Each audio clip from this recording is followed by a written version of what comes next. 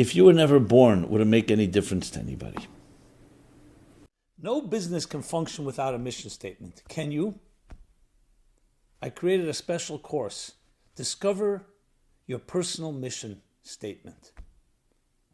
Check it out in the description below.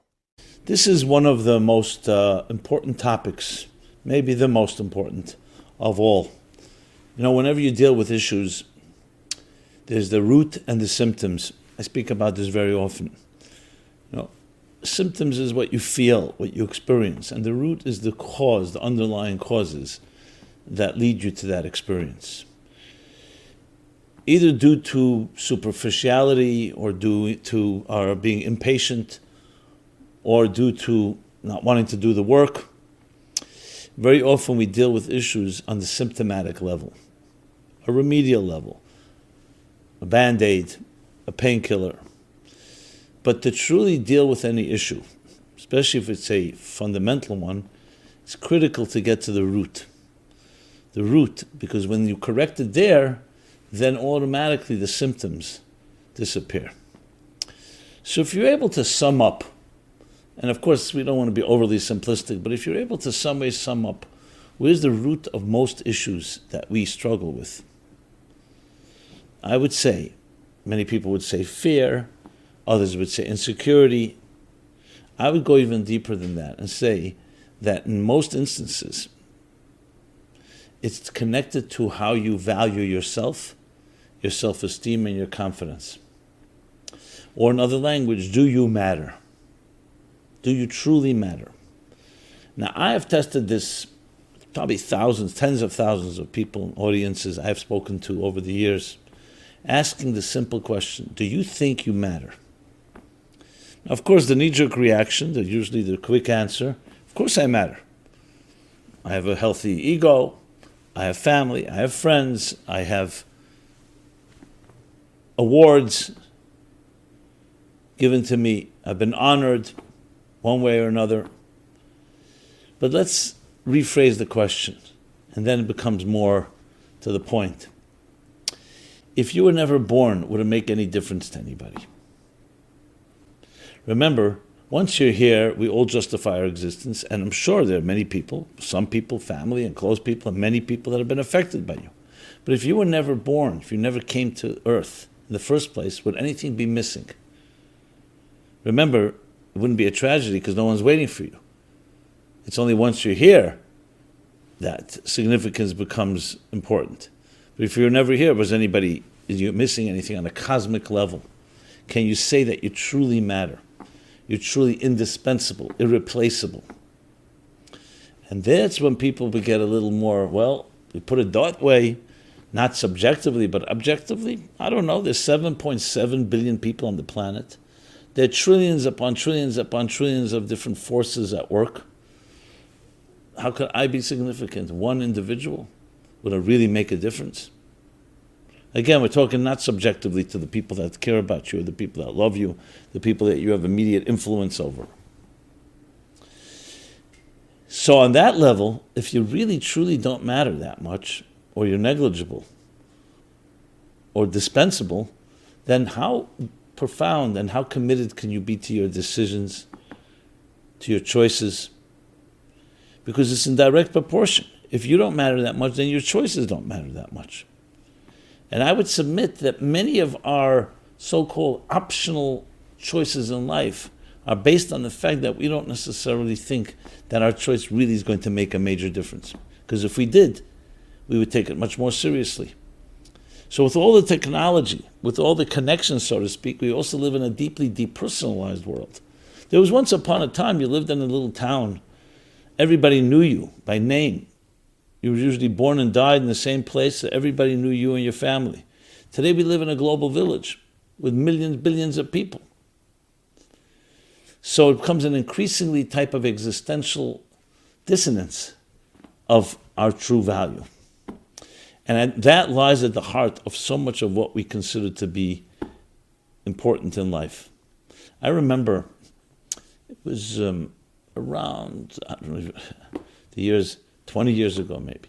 If you remember in Colorado, the Columbine shooting, where seemingly perfectly normal students came armed and turned on the other students, their own friends, their own colleagues, classmates, killed them, and then killed themselves. It's banality. It's like it wasn't because of any insanity or any grievance or any malcontent. It was just what happened. Unfortunately, we've seen many other shootings in schools and places that were once or were always supposed to be violence-free zones. So I remember thinking about it a lot. And then I was traveling to Sydney, Australia. And I was speaking for a school there. It's a school, a large school called Mariah. And Friday morning, I had a session, which was an optional session. Teenagers from, let's say, around 12 till 17, boys and girls, had a session with me. And there was hundreds of them that volunteered to participate. And I opened up the session with this question to them. Do you think something that happened in Columbine can happen here? I was sure that they would say this is America and violence and so on, and this is a different type of city. It was a Jewish school. And you know what? Most people raised their hands saying, yes, they think it could happen here. And then began a session. I asked people why. Everyone had their own things. Some were childish answers, frankly, and some were quite sophisticated. But one common denominator that remained with me was this, and that was really the point I wanted to make. People spoke about the value of life, the sanctity of life. You can do that easily when you watch violent movies and play violent video games. At some point, you get desensitized to the sanctity and the value of life. Though everybody knows life is valuable and everybody will cry, God forbid, if a life of a loved one is taken from us. And yet, because of our overexposure, we can get desensitized. But more deeper than that, if we live in a culture where life is not sacred, and every life is not indispensable, then I'm not suggesting everybody's going to suddenly murder each other and going to kill each other, God forbid. But you already have weakened the foundation, the axiomatic truth that life is absolutely sacred. And if you don't think your life is that valuable, you certainly don't think your friend's life is that valuable. So then combine it with other factors, boredom, exposure to violence, as I mentioned, other factors, you can see the boiling point being reached and people turning to such violent behavior, even though you would never expect it from completely sane individuals. Was it a thrill? Was it an experiment? Who knows? But my focus I want to talk about is how valuable we think our lives are and how valuable we think other people's lives are. You know, one of the deeper discussions, we talk about science versus evolution and so on, and people making choices about whether they will bring life to the world or they will take life from the world when people get old enough, too old to be so-called a burden on society. The thing that is most troublesome, I'm not even getting into the science of it, is once sanctity of life is compromised, once we are in a place where we do not see life being sacred and indispensable, then everything can happen. Because you're undermining the very essence of what makes us valuable.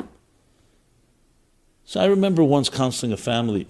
The father decided he had enough of family and he decided to basically abandon his family. But he stayed with somewhat contact. And I remember meeting with him and his wife and the children. And I said to him, here's your people that you love, your children, your flesh and blood. Yeah, it's all right, they'll manage. I had a difficult life. What I sensed was he didn't value himself, didn't value the importance that he is in their lives, and therefore also dismissed the importance of their life and their needs. So what's missing? What's missing is a lack of an understanding of the fundamental value of life. And that's the critical component that we need to address. So I've shared this story many times. It's just a powerful, powerful story. It's a very painful one, but also a very telling one that teaches us much. This was back when Toward a Meaningful Life, my book, was published. And the publisher sent me on a book tour. One of the cities, many cities, ended up being St. Louis, Missouri. So I spoke there. That night happened to be, it was a Monday night. It was a very large audience due to other reasons, not to get into it right now. Anyway, I come back to New York, and I receive a letter from someone who was in the audience. She says, I was going to come over, there was a long line to see you, sign books and so on. And then I chickened out anyway, so I decided to write to you. She says, I'm a 47-year-old executive working in a very prominent firm in this community here. I'm well respected. I'm considered a success story. I made money, equity, established, social status. By all accounts, a success story. And yet, beneath the veneer lies a woman in shreds. You see, my soul was murdered as a result of the abuse I endured in my childhood, my parents and others, emotional, physical, sexual, psychological abuse. I loathe myself. That has been my story. I've tried many types of therapy. Nothing's ever worked. Relationships are a mess. I don't trust and people don't trust me. I'm always testing and testing and testing, all due to my lack of security and sense of self. And I've long given up hope. What I do is day to day, sometimes I feel suicidal. I just breathe in and out, and I just go to work. Because people like myself who lack inner control, we create outer control. Over-ambitious, over-productive, a workaholic. Driven, somewhat to numb the pain, to numb the vacuum, the deep vacuum. And I've long given up hope as someone gave me as a gift a copy of your book, Torah Meaningful Life. Though I'm Jewish, completely unaffiliated, have no connection at all. And I was just leafing through it, and a line jumped out at me. A line that struck me like a bullet between the eyes. The line said, birth is God saying that you matter. I went back and read it again. Birth is God saying you matter. And I read it a third time. Birth is God saying you matter. For some reason, after 47 years, it struck a chord inside of me.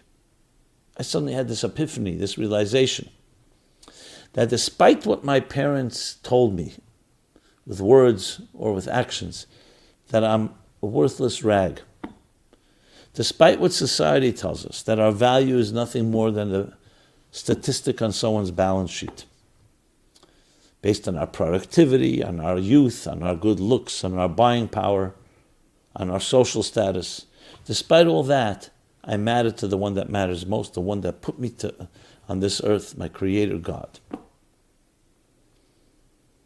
And even if I don't produce in a certain day, and even if I don't look good, and no one compliments me, I have that inherent value.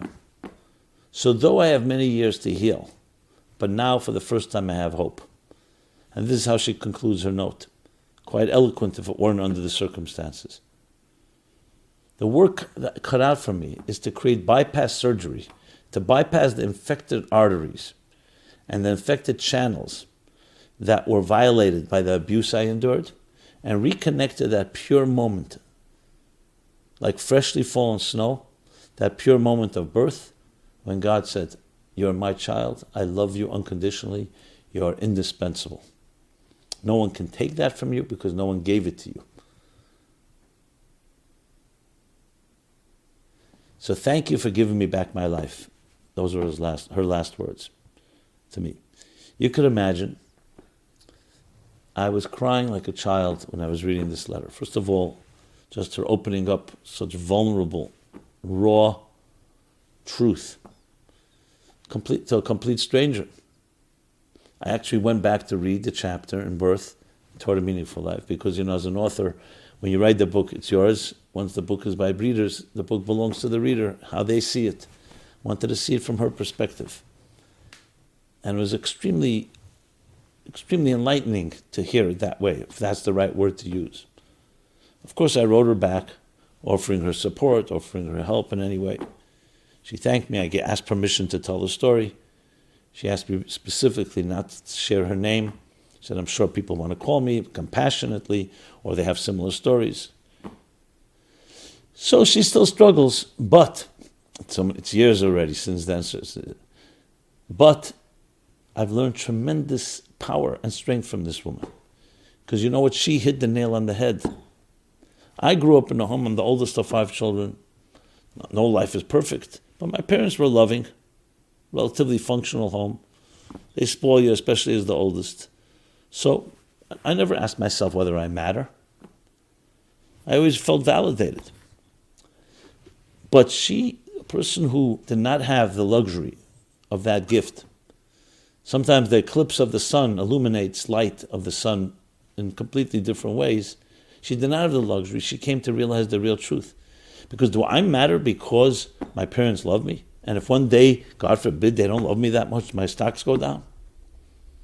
She came to the truth that I came to recognize through her, that you matter not because people love you or because people validate you. That helps, that nurtures. You matter because you fundamentally were put in this world for a unique purpose that you and only you can fulfill.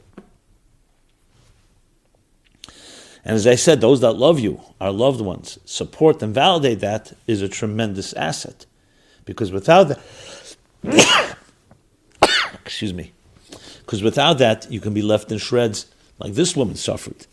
But on the other hand, the truth of what really makes us valuable is not that which comes from others, but it's because we fundamentally have value.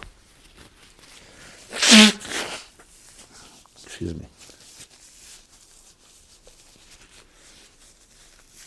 And as I said earlier, I began asking people questions all the time. Do you really matter? And tell the story. And over the years, her letter continues to haunt me in a good way. Because I started thinking, you know what? Maybe that's the underlying unconscious drive and ambition so many people have to be successful and productive. Because maybe they, in an invisible way, have an unconscious fear that I really don't matter after all. So I need to show significance.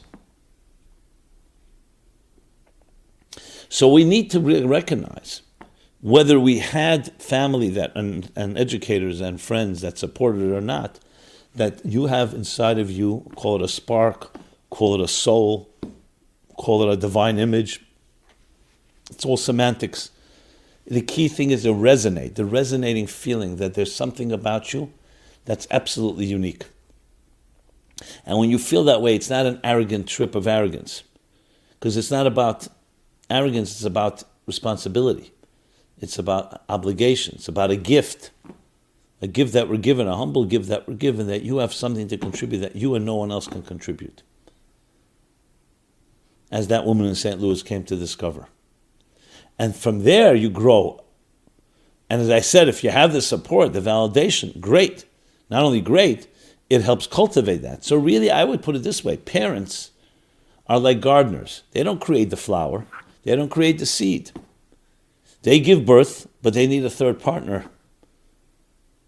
And they are the gardeners that nurture, that nourish, that cultivate, that weed out the negatives, and that bring out the positives in this child that they have, which is each one of us, to be able to live up to our unique, indispensable soul mission that we have.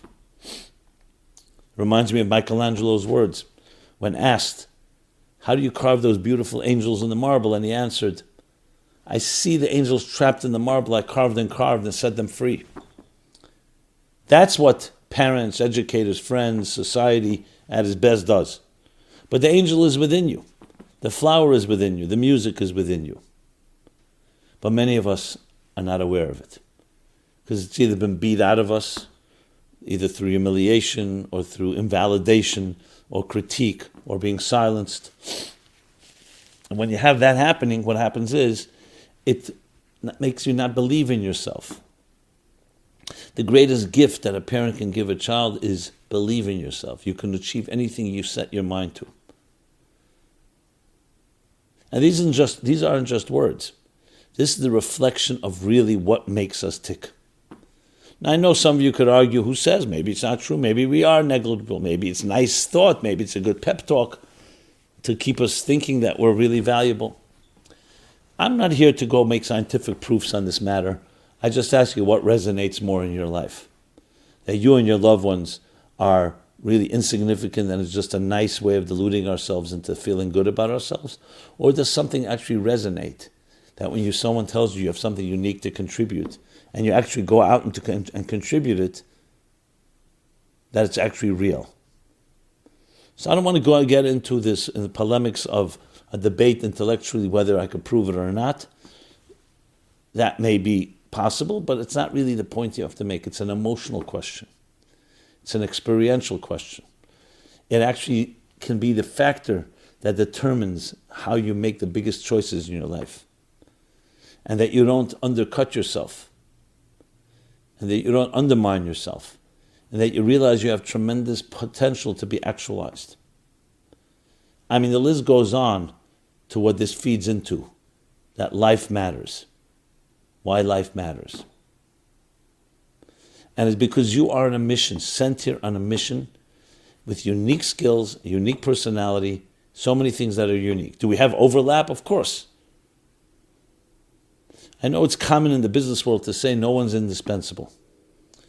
As far as the job goes, someone leave, people go, people die, people retire, people move on.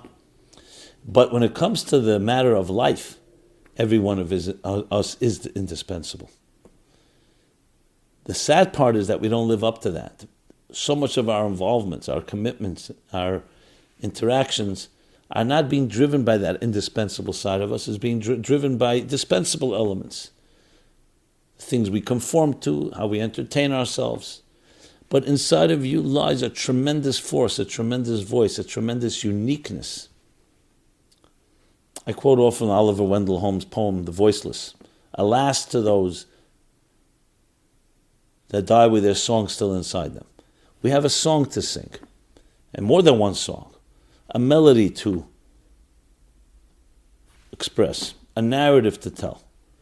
And your narrative, no one else can tell your narrative. No one else can play out your narrative. Yes, it's true we need other narratives as well. We complement each other. But your piece is filling space.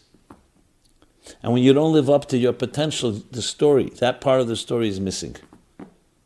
So if you think of history as a continuum, and all the 7.7 billion and growing human beings as characters in one long, big, large narrative and story, yours is a unique space right there. It doesn't matter how many more there are. This is not a quantity thing. It's not a popularity contest. It's a qualitative thing. And your song no one else can sing. Now, if you say, so how do I come to that type of sense? How do I know that? How do I hold on to that? Even if it resonates with me, and I like to hear that. But I've been beat up. I don't feel validated. So let me go back to the story with that woman. What did she do? She began following different guidelines that are in the book Toward a Meaningful Life, and I'm sure in other places, that talk about how you nurture yourself, how you nurture that voice. And the first thing above all is not just a meditation. You act on it. You go out and do something that you're good at. You volunteer. You use a talent that you may have not used, that may be lying dormant. You do things to help others. You serve. And suddenly you feel that satisfaction. I have accomplished something. I have done something for someone today that has helped them. Could someone else have done it? Maybe. But it doesn't, not relevant. You did it. And all of existence is enriched by your activity. So number one is behavioral change. To act like you matter, and then you start feeling like you matter. I know you may sound a roundabout way. First I should feel before I act. No, but behavioral change actually creates, internal change. You want to learn how to swim? You get into a swimming pool and you start swimming. Will you be excellent at the beginning? No, but you have to behave as if you're excellent. If you don't believe in yourself, if you don't believe you can do it, you're not going to end up doing it because there's so many reasons not to do it. Others are better at it, I get tired, and so on. So acting that you matter is the key to actually feeling that you matter. Now, at the same time, there's also the cerebral exercises.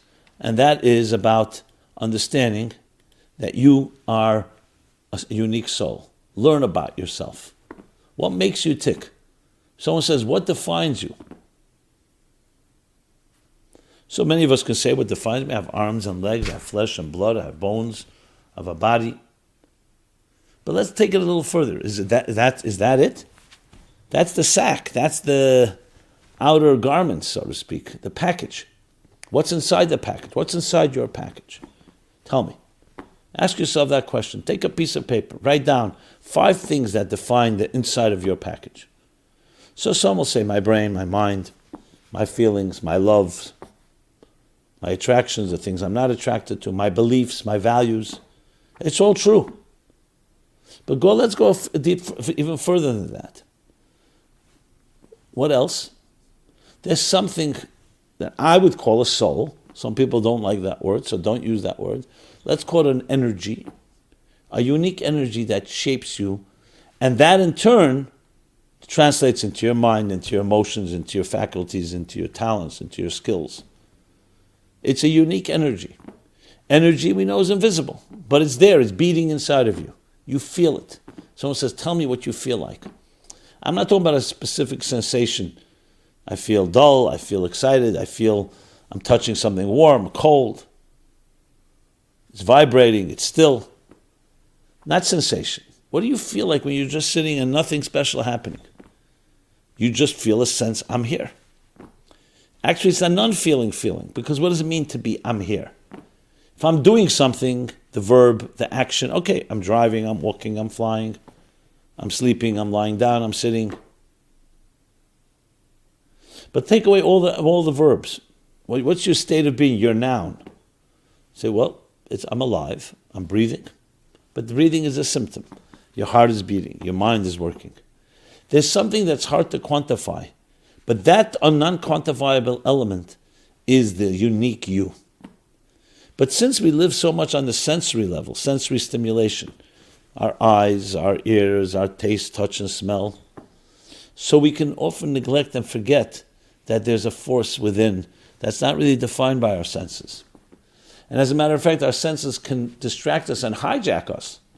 You see something, you're drawn to it. It may be healthy, not healthy. What is happening? You're wandering away from your inner self. You hear something, the same thing.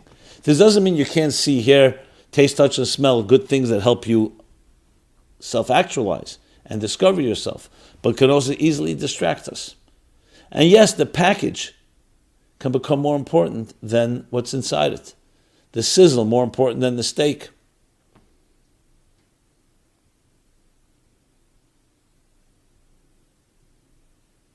The form more important than the function. The body more important than the soul.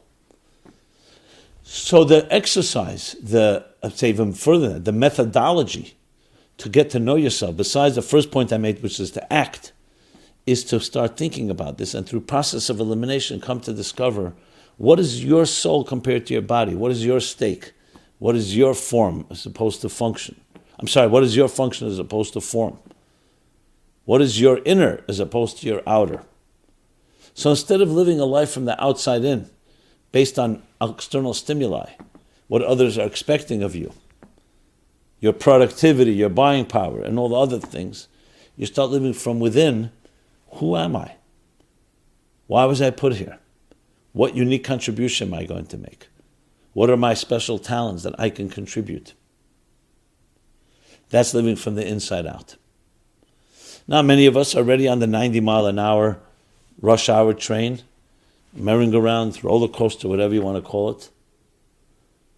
So we need to pause. Yes, you need to pause. I'm not suggesting you stop everything you're doing, but you have to take time each morning, in the evening, on weekends, on a Shabbat, to pause. Shut down your sensory tools. Don't text. Don't allow outer stimulation to affect you. Shut down your eyes, your ears, your taste, touch, and smell. What are you left with? The inner you. Not defined by forces outside of you, by others' expectations, by your own expectations, by things that are outside of the inner you. And when you get to know yourself, you suddenly realize, hey, welcome. You could say to yourself, hello, I haven't met you in a while, or I don't even remember you so well. Sometimes that part of us is like the inner child, a child that has been neglected and we left to hide, while you play the machinations of adult life with all its masks and its projections, its prejudices, and so on. So it's really getting to know yourself. What more powerful thing than that? And that self is an indispensable force. It's an energy that no one else has.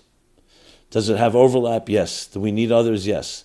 But at the same time, there's a unique energy that makes you, you. So isn't it a great exercise? Wouldn't it be a great objective to find out who that you is? You ask people, I've asked people, tell me, who are you? And they give you their business card without even blinking. And you say, well, this is what you do, but who are you? Some people will respond pretty quickly, fast on their feet. You know something? I have become what I do. What I do has become me. Think about that. What you do has defined your identity when your identity should define what you do. Who you are should define what you do, not what you do should define who you are. That doesn't mean our jobs aren't important, to make a living and so on. But it means, in truth, it should be coming from within, inside out. The best education, I would say possible, is not just giving you an Ivy League education that you can become the best lawyer, doctor, financier, politician in the world. It's the one that allows you to discover who you are. And that should define what you do. That should infuse what you do with a passion that comes from who you are. But many of us do have a dissonance between who we are and what we do, for different various reasons, either because we were not taught or because necessities of life have taken over. So now's the time. That's exactly the point. You matter. You have a legacy, a destiny, a narrative to tell that nobody else can tell, because it's not their story. That should beat out, that should overshadow everything else. And again, I'm not suggesting something unrealistic that we stop everything and just go there. Most of us don't have the luxury to do that. But it's a good time to begin to think about it and designate time. So here's yet another, in addition to what I've spoken about behavioral and getting to know yourself, more of a cognitive experience, there's also some exercises you can do.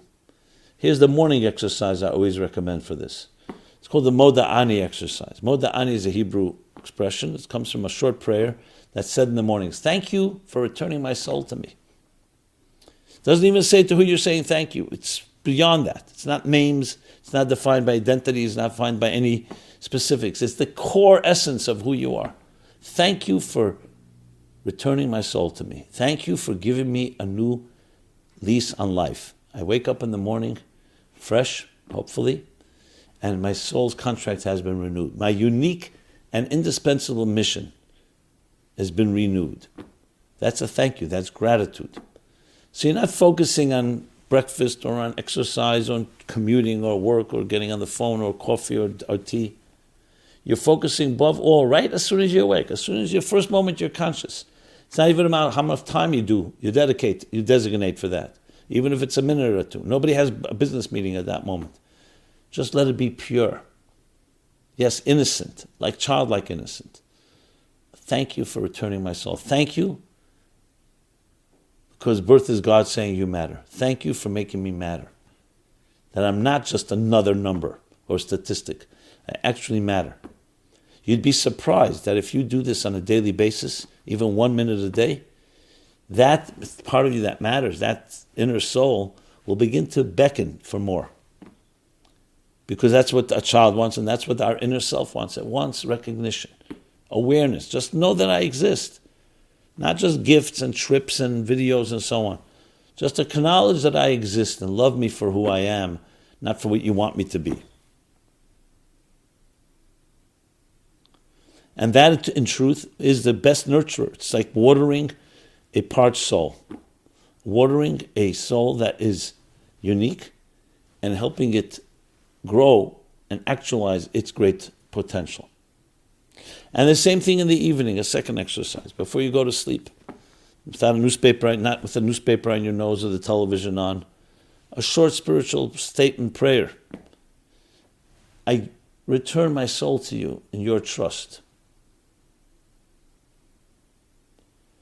So if you in the morning you recognize that inner self, and at night you recognize that inner self, number one, your sleep will be more peaceful, because you're not going to sleep with all the troubles of the day.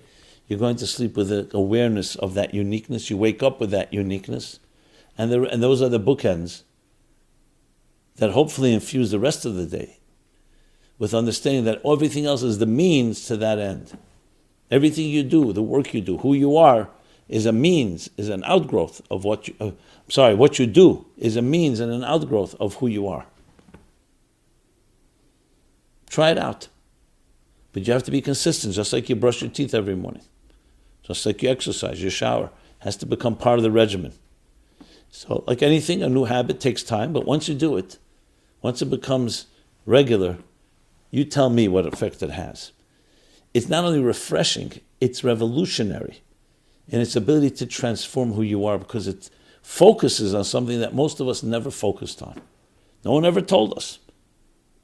We may have been told we're special, but no one ever told us that that's the essence of who you are. And no one taught us how to access it. And most of all, we're taught how to conform, how to fit in, herd mentality, not to think for ourselves, not to sing your unique voice. The voice becomes trapped. Those people die with their voice still inside them, with their song still inside them. That's how dramatic it can be. But you have to begin. You can begin tonight. You can begin tomorrow morning. So the things I mentioned were, number one, behave like you matter. Number two, cognitive and maybe even emotional exercises on focusing on what makes you tick, your inner self, your you, who are you, not what you do. Not defined by sensory stimuli, but who you are when you're stripped of everything else. And then the two exercises in the morning and the evening. The two prayers, meditations, whatever you want to call them. But they create awareness, cognition, and awareness of that part of who you are. And then I said, acting on it and thinking about it. Slowly what will happen is more and more of it will grow inside of you, and you'll feel it, and it'll build your confidence, and you'll feel the need, the exciting need to contribute, to feel I have something unique to contribute, a unique mission. In that spirit, recently we've created a new course, which we're now beta testing. You could check it out. It's called Discovering Your Personal Mission, Midlife Miracle, of helping with the real exercises in a real course. It's an online course, 6-part, that gives you all the tools and methodologies, discovering your personal mission, which of course lies at the heart of which lies the sense of that uniqueness. The feedback has been phenomenal. People who have done it come back and say, I've never thought of it that way. I've never seen myself in that way. There's nothing as exhilarating as that. As living your life and feeling you're somewhat accomplished, and then suddenly discovering a whole part of yourself you're not even aware of or never thought about. So check it out. Check it out on our site, meaningfullife.com. And I'd love to hear your feedback. Because this is what we're about. The Meaningful Life Center, as its name implies, is life matters. You matter. You're meaningful. Your life is meaningful. Your choices are meaningful. Your commitments are meaningful. Your family. Everything about you has profound and lasting meaning and impact. And nothing is negligible. Yes, there are negligible things. Obviously, we all know superficial, externals, and so on. But when it comes to core values and core significance, core issues, there lies within you something that is extraordinary. And I say this from my heart. To me, that is like the greatest thing in life, is to celebrate someone's uniqueness. It's to celebrate the dignity and the majesty of an individual soul. I've met many people, I've traveled in many places, and that always remains a constant in my life. To meet and recognize that within every person lies that unique, dignified soul. The unique journey that each of us are on, with all its bizarre twists and turns. But it's still your unique journey, you're part of the narrative. Because then you feel you met a person that's part of a larger story. They enrich your story, you enrich their story. What more powerful thing can be than that? And it's focusing on what really matters. If focusing exactly when every new child is born, of course we all celebrate. It's beautiful to see a new life. But there's something even deeper. We're seeing not just a new life, we're seeing a new, unique force in this world. A unique, indispensable force. And we honor and celebrate it, and we are honored also to interact with it, to cross-pollinate, and to complement each other. So yes, life indeed matters. And it makes all the difference, because when it does, your choices, your decisions, for good or for bad, where you're going to be, what you're going to do, becomes enriched, elevated to a completely different stratosphere, different paradigm, a different dimension, a dimension of significance and lasting significance. That every interaction you have, every person you meet, even seemingly small things, all have deeper dimensions, all part of a deeper story and narrative. It's your unique story. And that to me is a great honor to be able to share. So thank you. And hopefully we all can come together and all complement each other, each adding something to each other's story. And as when we intersect and interact, there's a certain interconnectivity. The narratives weave together into a more brilliant tapestry. And that too is, of course, a great honor and an exhilarating experience. So thank you for that as well. So this has been Simon Jacobson talking about why life matters. We're here every Wednesday, a live program, but then it's archived, it's on podcast. You can find us on all different channels and platforms. So please share, please send us your feedback. Please pass it on. Let's all create that ripple effect of different, unique souls, all contributing and all passing on the message one to the other, to the point where the human race can reach a higher state of consciousness in recognizing these unique melodies that all of us are singing, and how we all need each other and we all need one another, and how we are needed. Thank you very much. Be blessed, and we'll be in touch.